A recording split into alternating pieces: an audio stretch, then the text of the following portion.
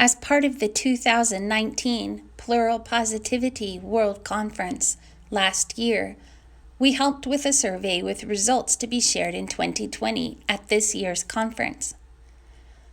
This Plural Positivity Experience survey was not associated with any research project, nor did the survey go through any review panel process. There was input from the Plural community itself, including deciding which contextual questions to include, such as the ACEs questionnaire, as well as verbiage options to be as inclusive as possible for the Plural experience. Again, this was not a research project, but was an expression of the Plural experience, both individually and as a community. Participants were informed that the survey results would be shared during the 2020 PPWC Conference. To continue the survey, participants had to agree that they understood this and that they were over age 18. Any participant who did not agree to have their results shared or who were under 18 were excluded from the survey results published below. It was explicitly stated, and participants agreed to understanding, that the questions were only for information about their experience and not at all diagnostic in nature. Participants were also warned that due to the nature of trauma-specific questions, they could be triggered during the survey. Resources and referrals for support were offered, and system-wide self-care was encouraged before, during, and after participating in the survey. This survey was designed by Plurals themselves as a community, following online discussions in support groups, peer mentoring groups, and a variety of social platforms. The common threads of interest were narrowed down and presented in polls on the social platforms. While obviously vast and covering a multiplicity of areas that would be too many variables for a research project, this was again just the general areas of experience that Plurals themselves wanted to know more about and were interested in learning in regards to shared experiences. This particular survey was in English. The survey took an average of 26 minutes to complete. The first page of the survey was simply exclusionary material, clarifying the purpose, concerns, and limitations of the survey. Any no responses exited the participant from the survey. Questions included: I am over the age of 18. I understand the screening tools used in this survey are for data gathering only and not meant to be diagnostic in nature. I understand that due to the nature of the survey, in regards to trauma and dissociation, some of the questions may be triggering. I am safe and able to care for myself during and after this survey and know where and how to seek support if I need help. I understand I can quit this survey at any time.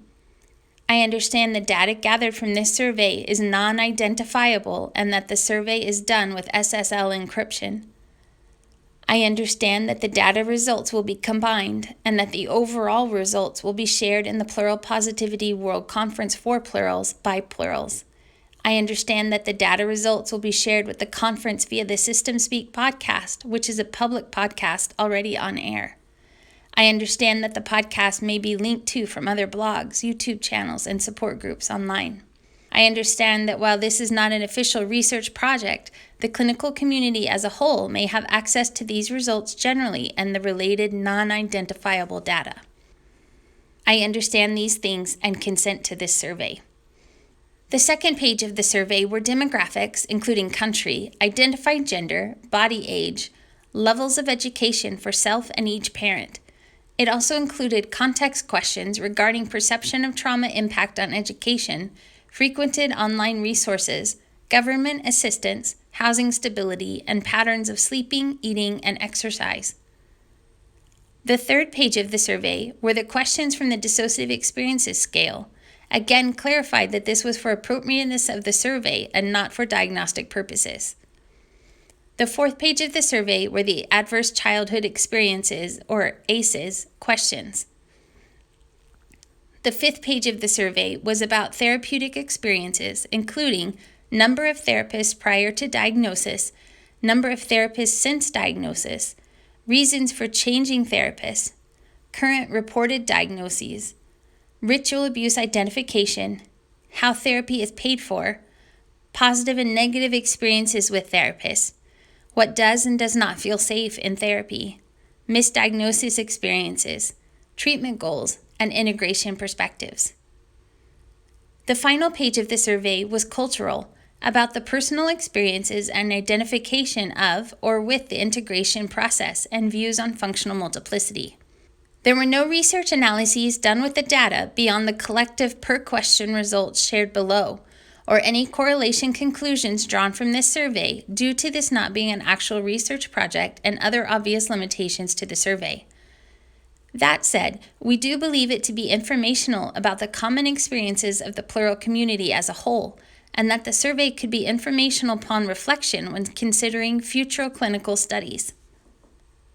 The PPWC organizers had an initial goal of 100 responses from different people diagnosed with DID or otherwise identifying as multiple or plural. The link to the survey was shared in all known dissociative disorder and plural community support groups on Facebook, posted and shared on Twitter, and then also explained and shared on other communities, including Discord, Reddit, and Tumblr. The link was also left live on this website, and we did discuss it on the podcast. The link was left live for 6 months so that as many could participate in the survey as possible. Ultimately, the survey received 863 responses from different IP addresses, which were not tracked or recorded, but filtered only for non-repetition of the survey. These responses came from 61 different countries, including Canada, United States, Mexico, Panama, Colombia, Peru, Brazil, Uruguay, Argentina, Chile, Iceland, Ireland, UK, France, Germany, Belgium, Netherlands, Denmark, Norway, Sweden, Finland, Poland, Spain, Portugal, Italy, Slovenia, Austria, Czech Republic, Slovakia, Hungary, Serbia, Romania, Greece, Morocco, Ghana, Egypt, Uganda, Kenya, South Africa, Turkey, Lebanon, Israel, Iran, Pakistan, India, Nepal, China, Thailand, Cambodia, Indonesia, Philippines, Russia, South Korea, Japan, Australia, and New Zealand. The survey had a 92% completion rate. An additional 6% completed more than 75% of the survey but needed to stop due to length of the survey. 1% had to stop the survey because of triggers. The final 1% did not complete the survey and did not explain why. The results of the survey are as follows, and all of this information can be found on our blog at systemspeak.org. The first page of the survey resulted in only participants who answered yes to the first 7 questions that we've mentioned above already were to be included in the results below. The second page, about demographics, listed the countries as I shared. The second page was about demographics. I have already listed the countries represented.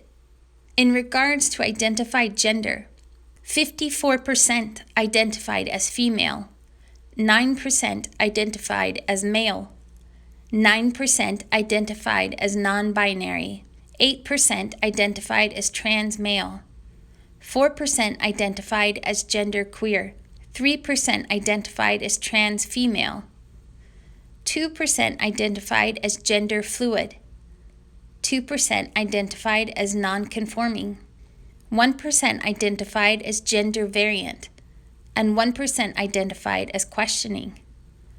4% listed other as their identified gender and reported that they did not want to answer. Please note, female and trans female, as well as male and trans male, were included separately not to divide the genders, female and trans female being the same gender, and male and trans male being the same gender, but simply to clarify experiences in everyone's request for their journey to be included and reflected specifically. The remaining percent were decimals in the above percent and also will be in the case with the remaining results below. In regards to the actual body age, people reported 43% were ages 25 to 34, 20% were ages 18 to 24, 16% were ages 35 to 44, 13% were 45 to 54, 2% were 55 to 64, and 1% was over 65. We would suggest that the online platforms provided access to younger populations not usually included in research studies. We would also suggest that the online platforms were more accessible to those who are in rural areas and in other geographic locations not usually available to participate in research studies. In regards to their father's education, 26% reported that their father had high school education only, 21% had graduate level education, 20% had bachelor's level education, 17% had some college but no degree, 7% had an associate's degree, 6% did not complete high school. In regards to the participants' mother's education, 25% had high school degree only, 18% had some college but no degree, 18% had a bachelor's degree, 14% had graduate level education, 11% had an associate's degree, and 11% did not complete high school.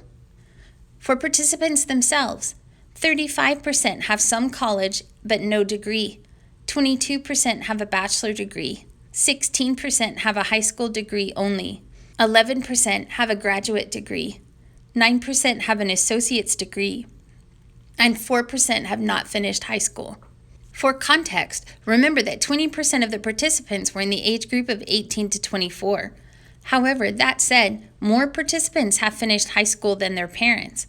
More have some college, even if they have not finished a degree. More have associate's degrees than their fathers.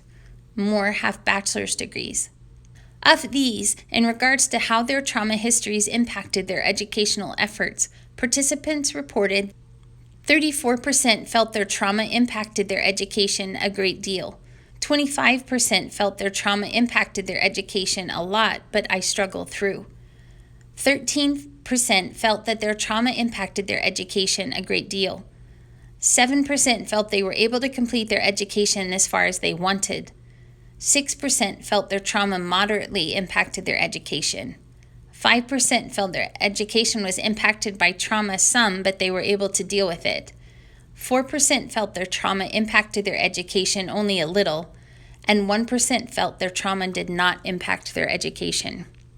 As for online platforms survivors frequently use for support, 78% use Facebook, 77% use YouTube, 70% use Facebook support groups, 36% use professional and/or clinical research sites, 32% use Twitter, 28% use podcasts, 24% use Reddit, 22% use Tumblr, and 20% use organizational sites.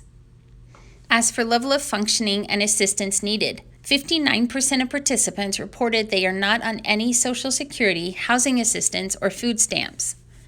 27% of participants reported they are on social benefits of some sort. 8% of participants reported they use social benefits, as do others in their household. 3% of participants reported that they do not use them themselves, but someone in their household does.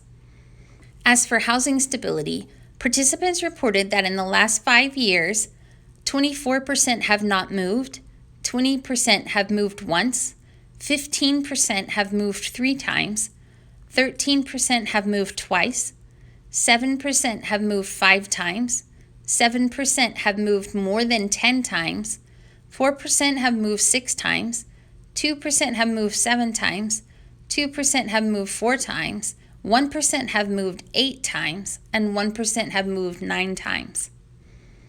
The survey included questions about sleep, eating, and exercise. In regards to sleep, participants reported that 54% do not exercise at all, either due to preference or medical condition. 21% exercise twice a week. 13% exercise once a week. 10% exercise 5 times a week or more. No other responses were reported on that question. In regards to eating, participants reported that 36% eat twice a day, 24% eat 3 times a day, 15% eat smaller amounts 4 times a day, 11% eat just once a day, and 6% reported that eating is difficult and so they leave food out and whoever is inside just grazes throughout the day. In addition, 34% reported they struggle to eat 5 to 6 days a week. 20% reported struggles to eat 1 to 2 days a week. 20% do not struggle to eat at all. 18% struggle to eat 3 to 4 days a week. 6% do not miss meals no matter what, nor do they find it difficult to eat. In regards to sleeping, participants reported that 28% sleep 8 hours or more because they have help with medication. 22% sleep 6 to 8 hours without medication. 24% sleep 4 to 5 hours without medication. 21% sleep 3 to 4 hours without the use of medication. 4% sleep 1 to 3 hours without medication. In addition, 24% rarely have nightmares, but sometimes. 22% have nightmares 1 to 2 nights a week. 18% have nightmares, but not so much since starting therapy. 15% feel like they have nightmares still every night. 11% have nightmares 3 to 4 nights a week, and 7% have nightmares 5 to 6 nights a week. The DES was included for context of what issues participants struggle with and which populations were completing the survey. It was not used for diagnostic purposes, nor were the results saved in any way according to specific participants. Rather, the algorithm of responses scored this page per participant, but only reported in the results of the page in the percentage of participants who scored each range. So we are not informed of which DES score goes with which participant. We only know what percentage of each possible DSE score. That was intentional as an additional buffer for privacy, since this is not a clinical research study or a diagnosis in any way. Participants were not informed of their individual score, nor was this reported to us in any way. Individual DES2 scores were not reported or disclosed to anyone in any way. Of the participants in this survey, 89% scored above 30 on the DES2. 6% scored between 27 and 30. 4% scored between 24 and 26. 1% of participants scored 23 or below. The high scores were expected due to the population receiving notice and participating in this survey, especially as they were primarily those already in treatment for or aware of their own issues of trauma and dissociation. Please note that the higher scores, 30 and above, only indicate high levels of dissociation and are not indicative of a specific diagnosis in and of themselves. Again, the inclusion of the DES2 was only as a measurement of experience in the context of this survey. No clinical interview, structured or otherwise, was part of this survey, and no diagnoses were given to any participant. Links for more information about the DES2, which you can learn about on the ISSTD website, are included on the blog. We included the ACE questions by request of the community due to increasing discussion within the community of the physiological impact of trauma long-term on our bodies. The ACE study questions were broken down into the questions listed below, to which participants could answer yes or no. Again, as specific participants' answers were not saved per participant, but rather as a poll for how many participants answered yes to each question. This was both in protection of people's privacy and because the survey was not being given in a clinical setting. 4% of participants opted out of this page due to the nature of the triggering questions regarding their own trauma. Another 1% declined to participate for unspecified reasons. The positive results endorsed by those participants who completed this set of questions are given as follows. Did a parent or other adult in the household, often or very often, swear at you, insult you, put you down, or humiliate you? 80% of participants answered yes. Did a parent or other adult in the household, often or very often, act in a way that made you afraid that you may be physically hurt? 78% of the participants answered yes. Did an adult or person at least 5 years older than you ever touch or fondle you or have you touch their body in a sexual way? 66% of participants answered yes. Did an adult or a person at least 5 years older than you ever attempt or actually have oral, anal, or vaginal intercourse with you? 52% of participants said yes. Did you often or very often feel that no one in your family loved you or thought you were important or special? 71% of participants said yes. Did you often or very often feel that your family didn't look out for each other, feel close to each other, or support each other? 70% of participants said yes. Did you often or very often feel that you don't have enough to eat, had to wear dirty clothes, and had no one to protect you? 44% of participants said yes. Did you often or very often feel that your parents were too drunk or high to take care of you or take you to the doctor if you needed it, or didn't for some other reason? 36% of participants said yes. Did a parent or other adult in your household often or very often push, grab, slap, or throw something at you? 53% of participants said yes. Did a parent or other adult in the household often or very often ever hit you so hard that you had marks or were injured? 45% of participants said yes. Was your mother or stepmother often or very often pushed, grabbed, slapped, or had something thrown at her? 23% of participants said yes. Was your mother or stepmother sometimes, often, or very often kicked, bitten, hit with a fist, or hit with something hard? 15% of participants said yes. Was your mother or stepmother sometimes, often, or very often threatened with a gun or knife or other weapon? 4% of participants said yes. Were your parents separated or divorced? 49% of participants said yes. Did you live with anyone who was a problem drinker or alcoholic or who used street drugs? 47% of participants said yes. Was a household member depressed or mentally ill, or did a household member attempt suicide? 72% of participants said yes. Did a household member go to prison? 15% of participants said yes. It is interesting to note that 7% of participants reported that they wish the ACE questions included similar specific questions for their father or stepfather the way it does about the mother or stepmother, as this group of people reported their mothers as the or one of the primary abusers even against their father or stepfather. Page 5 addressed common therapeutic experiences for survivors. This section of the survey addressed issues regarding therapeutic experiences that the Plural community had brought up in discussion about what to include in the survey. In asking about who was in therapy, their participants responded as follows.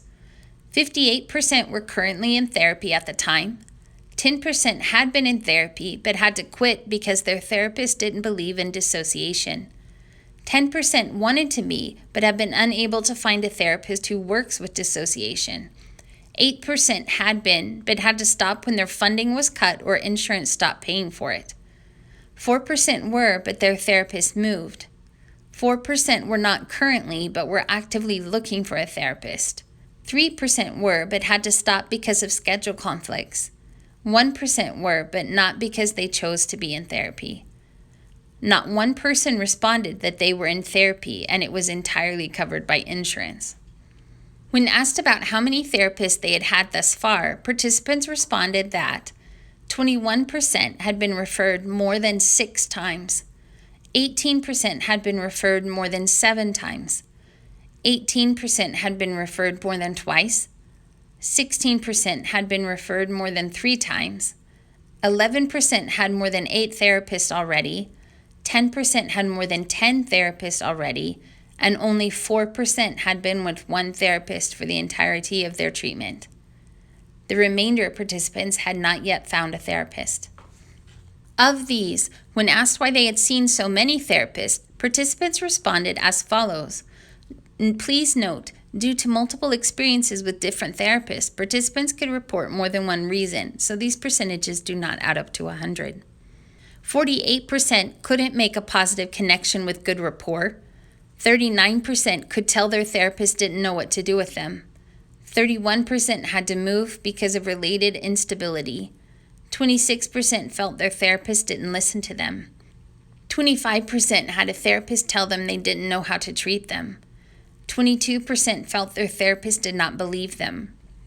17% had a therapist who moved or left an insurance panel.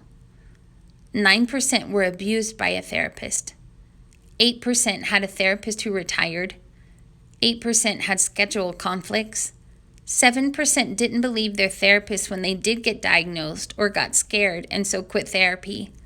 And 6% left a therapist who was trying to force integration. Other comments included experiences of aging out of a particular school or program, the therapist not being able to handle gender identity or sexual orientation issues, being too anxious to keep appointments, finances, or being forced to report abusers. When asked how many therapists it took before getting an accurate diagnosis, the participants responded that 42% had seen 2 therapists, 39% still had gotten a proper diagnosis with just 1 therapist, 16% had to see 4 therapists before they were diagnosed properly, 5% saw 6 therapists, 3% saw more than 8 therapists, 1% saw more than 15 therapists prior to getting an accurate diagnosis. When asked to share their diagnosis if they felt safe doing so, the participant percentages were 53% were diagnosed with DID, 15% were still not sure, 12% were waiting on results of testing for diagnostic appointments, 8% were diagnosed with complex PTSD, 5% were diagnosed with PTSD, 4% were diagnosed with DD-NOS, 3% were diagnosed with OSDD. When asked who did the diagnosing, participants replied that 54% were diagnosed by a therapist, 24% were diagnosed by a psychiatrist, 23% were diagnosed by case manager or social worker, 5% were diagnosed by a doctor, and 4% were peer diagnosed by a friend who referred them to a clinical professional. When asked how they identified any experiences of SRA, participants shared that 56% did not know what the terms were and did not think they applied to them. 23% knew what the terms were, but also knew it did not apply to them. 7% preferred the term RAMC, ritual abuse, mind control. 5% preferred the term SRA, satanic ritual abuse. 4% preferred just the general term of trafficking. 3% preferred the term RA, ritual abuse. And 1% preferred the term SRA-MC, satanic ritual abuse, mind control. It is interesting to note that not any single participant chose the more general term of organizational abuse, and no single participant endorsed mind control only. When asked about other non-trauma diagnoses, 77% also have anxiety, 67% also have depression, 67% have both a dissociative disorder and PTSD, 25% have a panic disorder, 19% also have OCD, 13% have also been diagnosed with borderline personality disorder, 11% have also been diagnosed with bipolar disorder, 6% have another mood disorder diagnosis, 3% have another personality disorder diagnosis. When asked about their best therapeutic experiences, participants shared, and again, they could endorse more than one. 80% said the best therapy was when the therapist was good at listening to them.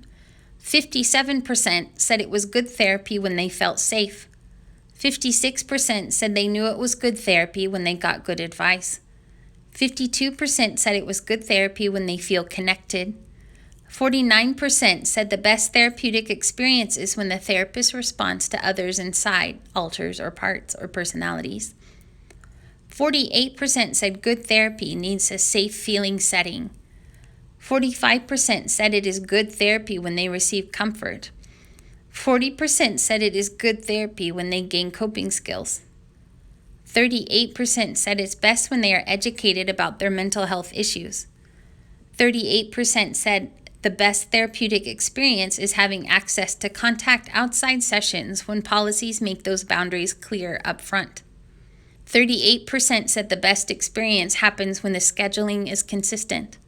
27% said the best experience is when they are held accountable for their progress. 27% said the best experience is being able to relax and practice relaxation strategies. 18% said it is good therapy when they also get safe hugs with permission. 13% said it is only a good therapy experience when the office staff also feel safe, both on the phone and for check-in or check-out. and 12% said it is good therapy when the therapist plays with littles or intentionally includes them when appropriate. When asked about the most helpful techniques the therapists use, participants responded 87% listening, 72% reassurance, 64% playing together, 62% art, 26% guided imagery, 26% psychoeducation, 24% EMDR, 21% music, 19% DBT, 18% meditation, 16% CBT, 13% sensory therapy, 11% sand tray therapy, 10% horse or pet therapy, 8% progressive muscle relaxation, 5% yoga, 3% hypnotherapy. Please note that the above list is not an efficacy rating of which techniques are the most effective or produce the best results. These were simply the comfortable techniques experienced by the participant population of this survey. It does not mean any one of those is better or more helpful than another, and it may reflect more frequency of use or access than quality of treatment. When asked what made them feel not safe in therapy, the participants endorsed the following: 65% not knowing how to help me, 56% not listening to me, 39% therapists saying my stories were too hard or too much or too intense for them, 37% therapists refusing to talk to others inside, altars, or parts, 32% discounting my stories, 30% therapists talking too much about their own stuff during sessions, 25% not feeling safe with office staff or in office setting, 21% not available outside of session, 21% not knowing about vacations or time off ahead of time for scheduling, 20% concerns about confidentiality, 19% boundary violations, 18% therapists being afraid of my insiders, 16% sudden movements, 15% rejection of littles, 13% touch without permission even if it was safe or appropriate, 13% lack of eye contact, 12% texting or taking calls from other people during sessions, 8% not closing the office door during sessions, 3% deliberately triggering to prove a point, access a particular altar, or test progress, 2% inappropriate or unwanted religious discussion, and 2% falling asleep during sessions. Of participants asked, 18% had been abused by a therapist at some point in their treatment. Of these, only 4% reported it. Of those in therapy, 82% agree with their therapist on treatment goals. Some of these goals include 75% decrease in anxiety or panic, 72% have the goal of improved functioning, 67% are working on memory work or specific trauma processing, 67% are working on improved internal communication, 66% are working on compassion for myself, 62% are working on improved mood, 58% are working on improved cooperation, 41% are working on decreasing the amount of lost time, 40% are working on maintaining functioning, 34% are working on remembering, 22% are working on stabilization and reducing self-harm behaviors, 15% are working on reducing interpersonal drama with outside relationships, and 14% are working to accept the diagnosis. When asked their therapist's goal for therapy, participants reported 50% of them have a therapist with the goal of functional multiplicity. Only 5% reported their therapist has a goal of integration.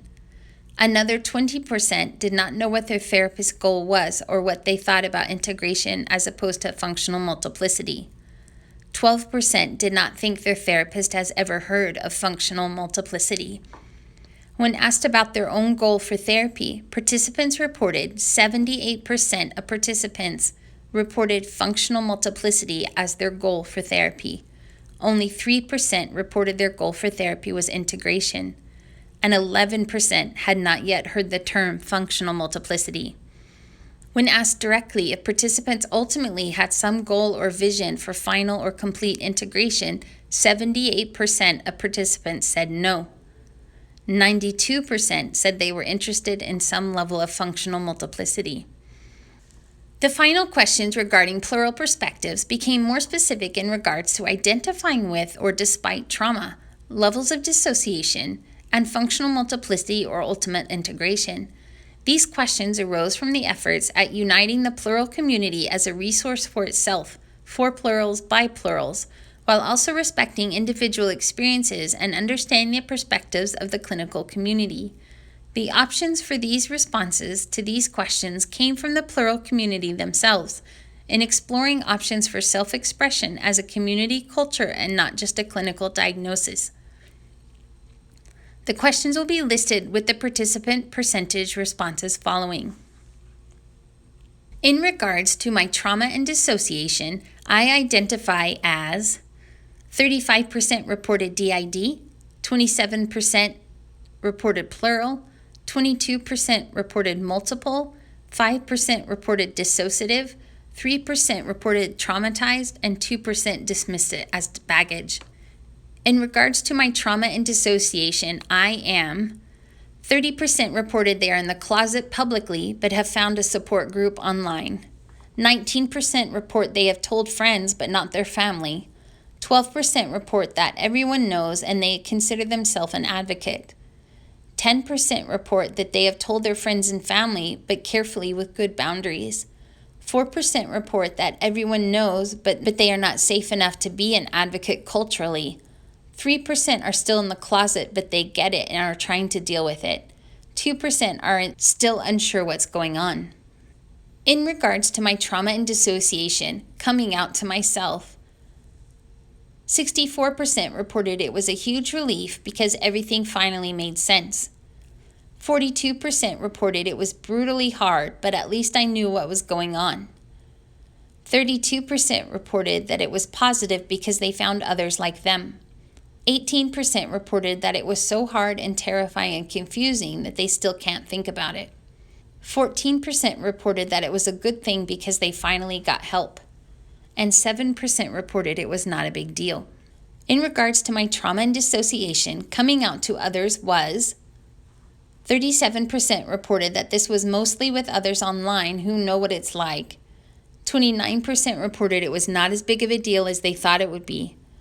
27% report that it was disappointing because they lost a family or friend because of it. 25% reported that it was okay and their friends were supportive. 24% reported it was easier with their friends than their family. 16% reported it was terrible because of the repercussions that followed. 14% reported it was dangerous and caused safety problems. And 13% reported it as terrifying and totally backfired. I believe my dissociation is 38% chose traumagenic adaptive, meaning I am this way because of trauma and I still use dissociation adaptively to deal with life, but not necessarily intentionally and not as part of my intentional cultural expression. 34% chose traumagenic. I am this way because of trauma. 13% chose traumagenic cultural. I am this way because of trauma, feel mostly in control of my symptoms, and have intentionally adapted to it as a cultural lifestyle. 2% chose endogenic. I was this way before I was born, but not because of trauma. 1% chose exogenic. I was this way since I was born or grew up this way, but not because of trauma that I know of yet. There were no people, 0 participants endorsed that they were plural because of iatrogenic, because of the therapist making them this way, because of iatrogenic sociocognitive, because of internalized or copied symptoms seen in friends or online, or iatrogenic cultural, because of internalized symptoms applied as a lifestyle. No one reported those 3. Other responses including a mixed origin, endogenic but heavily and negatively impacted by trauma, traumagenic neonatal, developed this way because of our maternal unit was being abused and traumatized in the womb. We were born ready for plurality, traumagenic sociocognitive.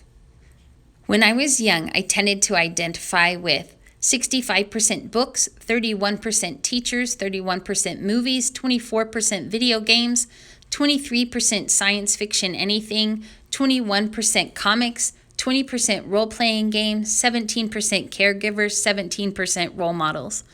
We included those categories in that question because of the common experience reported by survivors of fictives being rejected by therapists. However, what we would like to point out for therapists to consider and for the clinical world to become more inclusive in their responses, as we pointed out in the History of DID lecture at last year's PPWC Conference, which we will link to in the blog. We hope that is helpful both to survivors feeling familiar and comfortable that there are others like them, and help in giving clinicians a taste of some of the cultural experience as far as the perspective of lived experience. While this was not a specific research project, we do believe it could be very useful in changing some of the language that clinicians use, as well as a starting place for future clinical research. Thank you.